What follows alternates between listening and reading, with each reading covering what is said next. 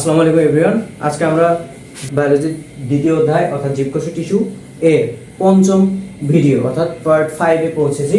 আজকে আমরা জিলিবিন সাইটোপ্লাজম অঙ্গাণু অর্থাৎ কোষ কঙ্কাল, রাইবোজোম এবং সেন্ট্রোজোম এগুলো নিয়ে আলোচনা করব। ঠিক আছে, এগুলো কিন্তু কোনো প্রকার কোষ প্রাচীর বা অর্থাৎ কোষ প্রাচীর না, অ্যাকচুয়ালি অর্থাৎ মেমব্রেন বা ঝিল্লি থাকে না। ঠিক আছে, তো আমরা তাহলে আর কথা না বলে শুরু করা যাক। কোষ কঙ্কাল, ঠিক আছে, কোষ কঙ্কাল।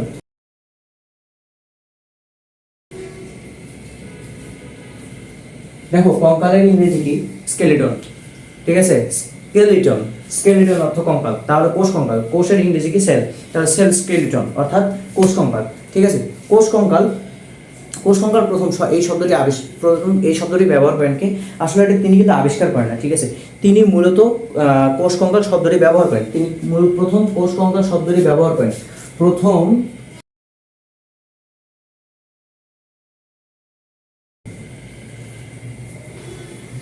শব্দটি ব্যবহার করেন এটা হচ্ছে, এটা উচ্চারণটা একটু ব্যতিক্রম, কট জফ অর্থাৎ কট জফ। তিনি কত সালে এই শব্দটি ব্যবহার করেন? তিনি সর্বপ্রথম এই শব্দটি ব্যবহার করেন এবং তিনি সর্বপ্রথম 1928 সালে এই শব্দটি ব্যবহার করেন। কোষ কঙ্কাল কি মূলত জানো? কোষ কঙ্কাল হলো কোষ প্রাচীরকে ভেদ করে যখন আমরা ভিতরে যাব, অর্থাৎ আমি তোমাদের শেখাইছিলাম না কোষের বিভিন্ন অঙ্গাণু, অর্থাৎ প্রথম ভিডিওতেই বলেছিলাম মেবি, আমরা যখন কোষ সম্পর্কে আলোচনা করি তখন কোষের বাইরে থেকে ধীরে ধীরে ভিতরের দিকে যাই। তো তাহলে আমরা যদি অর্থাৎ কোষ প্রাচীরকে ভেদ করে যখন ভিতরে ঢোকার পর আমরা দেখবো কিছু জালের মতো বিষয় ছড়িয়ে ছিটিয়ে আছে, এগুলো লম্বা তন্তুর নেয়। ঠিক আছে, তন্তু মানে কি? সুতা। তো সুতার ন্যায় কিছু অংশ দেখা যায়, এগুলো মূলত অ্যাক্টিন, মায়োসিন এবং টিউবিউলিন। ঠিক আছে, এগুলো কি দ্বারা গঠিত? এগুলো কি দ্বারা গঠিত? এগুলো অ্যাক্টিন, মায়োসিন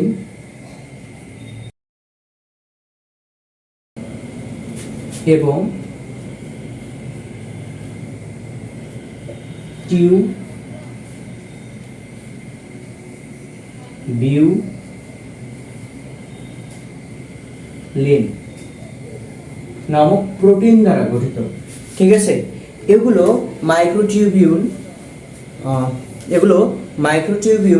তারপরে হচ্ছে তোমার ইন্টারমিডিয়েট আছে, এগুলো মূলত ইন্টারমিডিয়েট ফিলামেন্ট, মাইক্রোফিলামেন্ট, তারপরে হচ্ছে মাইক্রোটিউবিউল ইত্যাদি দ্বারা গঠিত। ঠিক আছে, তো কোষ কঙ্কাল মূলত কি করে? কোষ কঙ্কাল মূলত কোষকে বাইরে থেকে আঁকড়ে ধরে রাখে। ঠিক আছে, মানে ধরে রাখে আর কি। তো কোষ কঙ্কাল সম্পর্কে আমাদের এর থেকে বেশি কিছু আর জানার দরকার নেই। এরপরে এখানে থেকে সর্বোচ্চ প্রোটিনের নামগুলো এমসিকিউ আসতে পারে। এরপরে আমরা যেটি পড়বো সেটা হচ্ছে রাইবোজোমকে কিন্তু সার্বজনীন অঙ্গাণু বলা হয়। ঠিক আছে,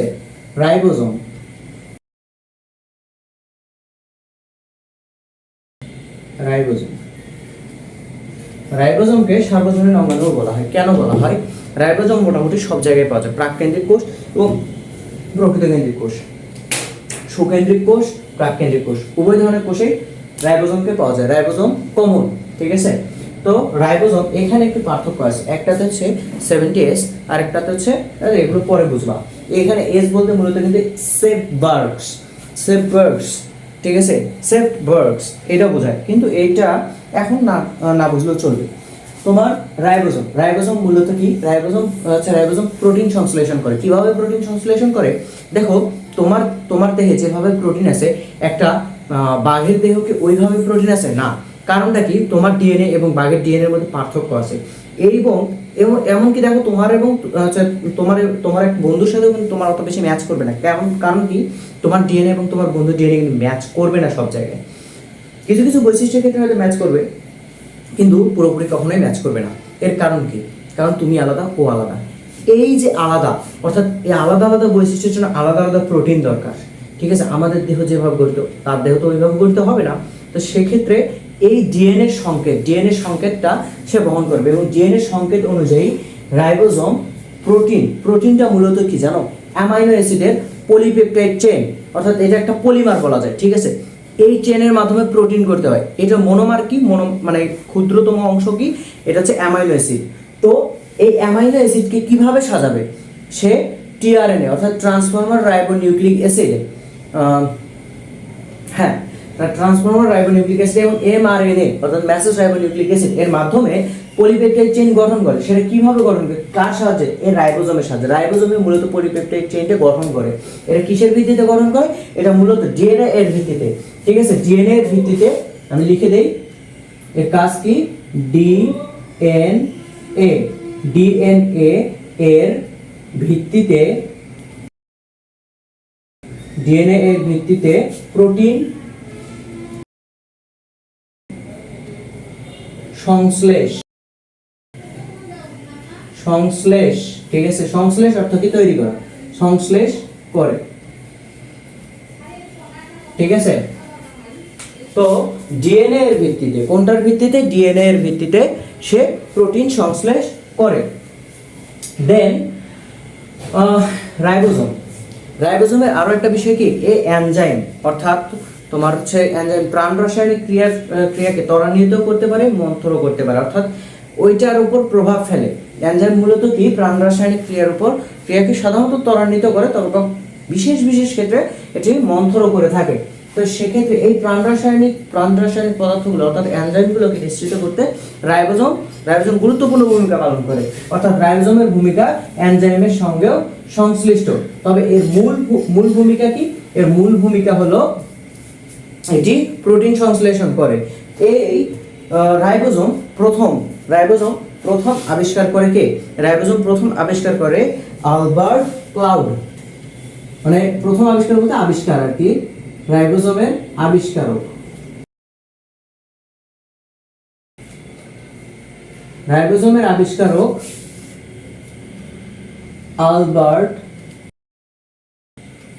আলবার্ট, রাইবোজোমের আবিষ্কারক আলবার্ট ক্লাউড, অর্থাৎ CLAUDE। বানানটা কেমন একটা লাগে, এটাতে ও হওয়া উচিত ছিল, কিন্তু এ কেন জানি না, যাই হোক বানানটা একটু খেয়াল রাখতে হবে। এবং তিনি কত সালে এটি আবিষ্কার করেন, তিনি মূলত 1954 সালে রাইবোজোম আবিষ্কার করেন।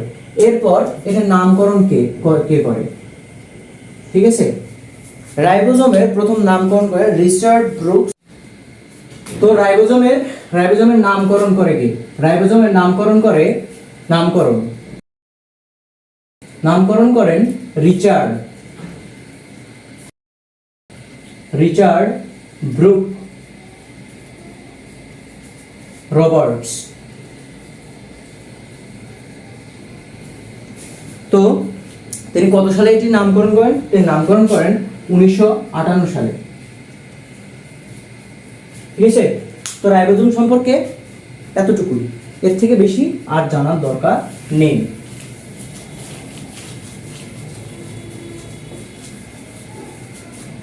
রাইবোজোম আমাদের কমপ্লিট। এরপরে সেন্ট্রোজোম, ঠিক আছে, এটা একটু মিশে দেই। এরপরে আসছে সেন্ট্রোজোম।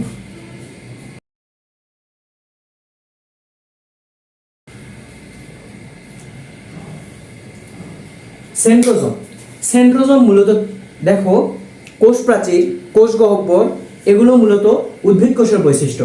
এখন প্রাণী কোষেরও তো একটা বিশেষ বৈশিষ্ট্য থাকা উচিত, সেক্ষেত্রে প্রাণী কোষের বিশেষ বৈশিষ্ট্য হলো সেন্ট্রোজোম, এটি প্রাণী কোষের বৈশিষ্ট্য।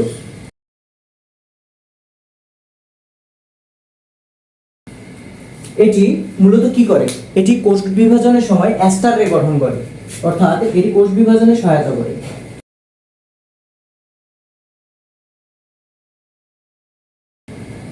এটি কিভাবে সহায়তা করে, অ্যাস্টার রে গঠন করে, তৈরি করে।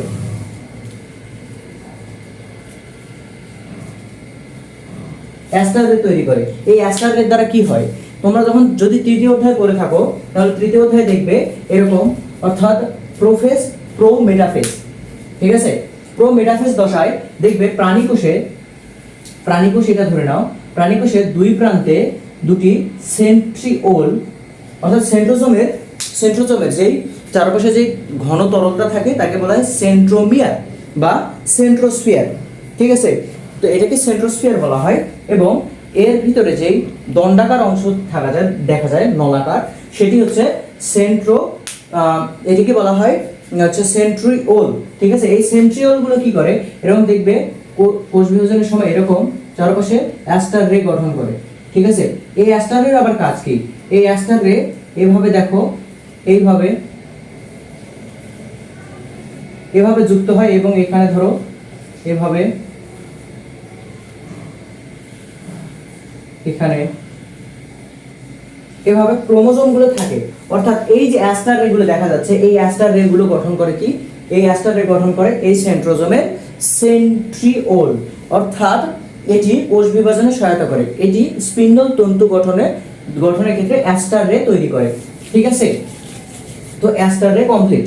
এরপরে অ্যাস্টার রের পরে আমরা দেখতে পাই যে এটি আর কোনো কাজ আছে কি, হ্যাঁ এটি আরো অনেক ক্ষেত্রে কাজ করে। আবার এটার একটি বিশেষ বৈশিষ্ট্য হলো স্নায়ু কোষে দেখো নিউরন বা আমরা বাংলাটা লিখি বা স্নায়ু কোষ। ঠিক আছে, স্নায়ু কোষে এটি থাকে না,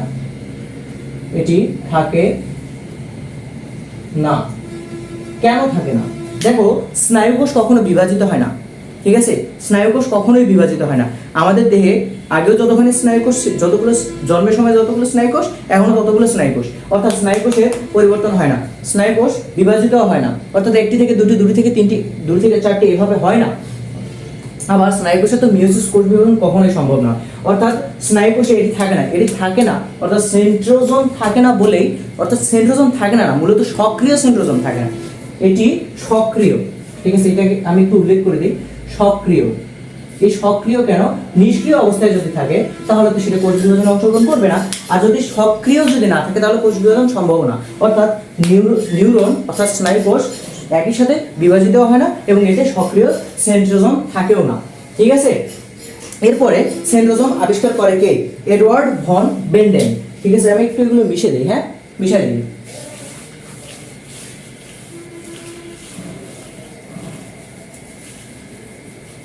ওকে, এটির আবিষ্কারক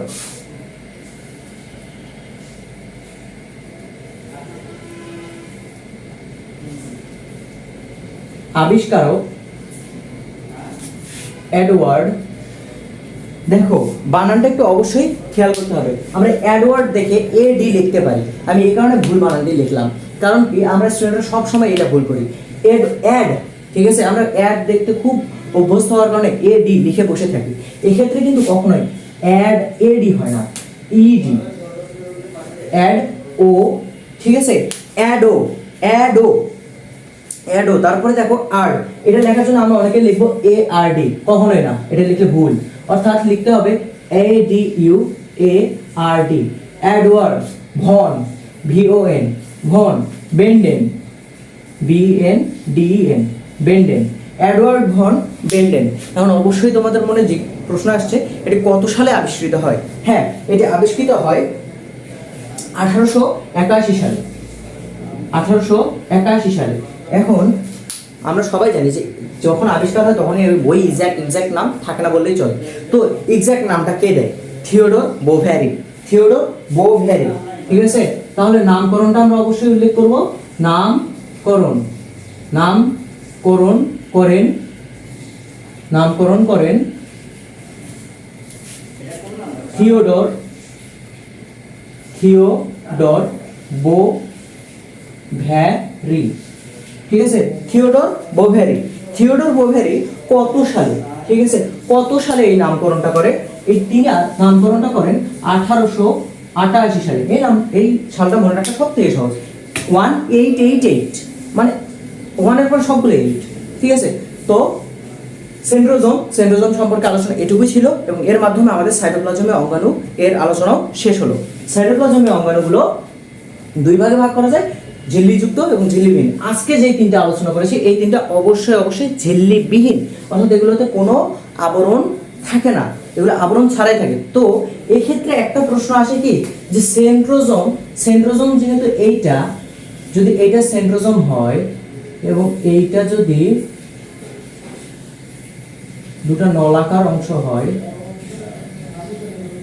ঠিক আছে, এবং এটা যদি সেন্ট্রোস্ফিয়ার হয়, এখানে কিন্তু আমরা দেখতে পাই একটা আবরণ, এটা মূলত কিন্তু আবরণ, ঠিক আছে। আমরা মূলত এটা বলি এভাবে আর্ট করার সময় এটা ব্যবহার করি, কিন্তু এটা মূলত আবরণ না।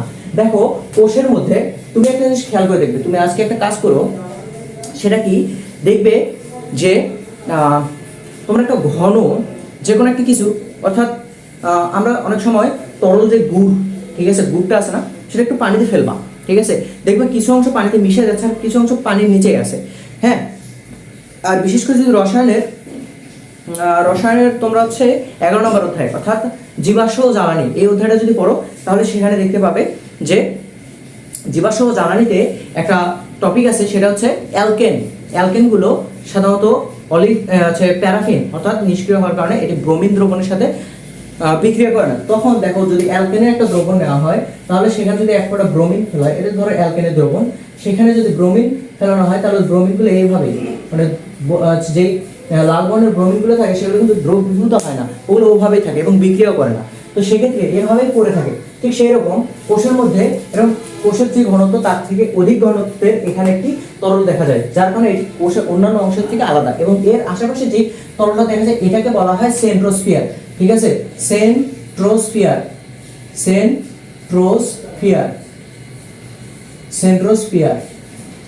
ঠিক আছে, এবং এটা সেন্ট্রিওল,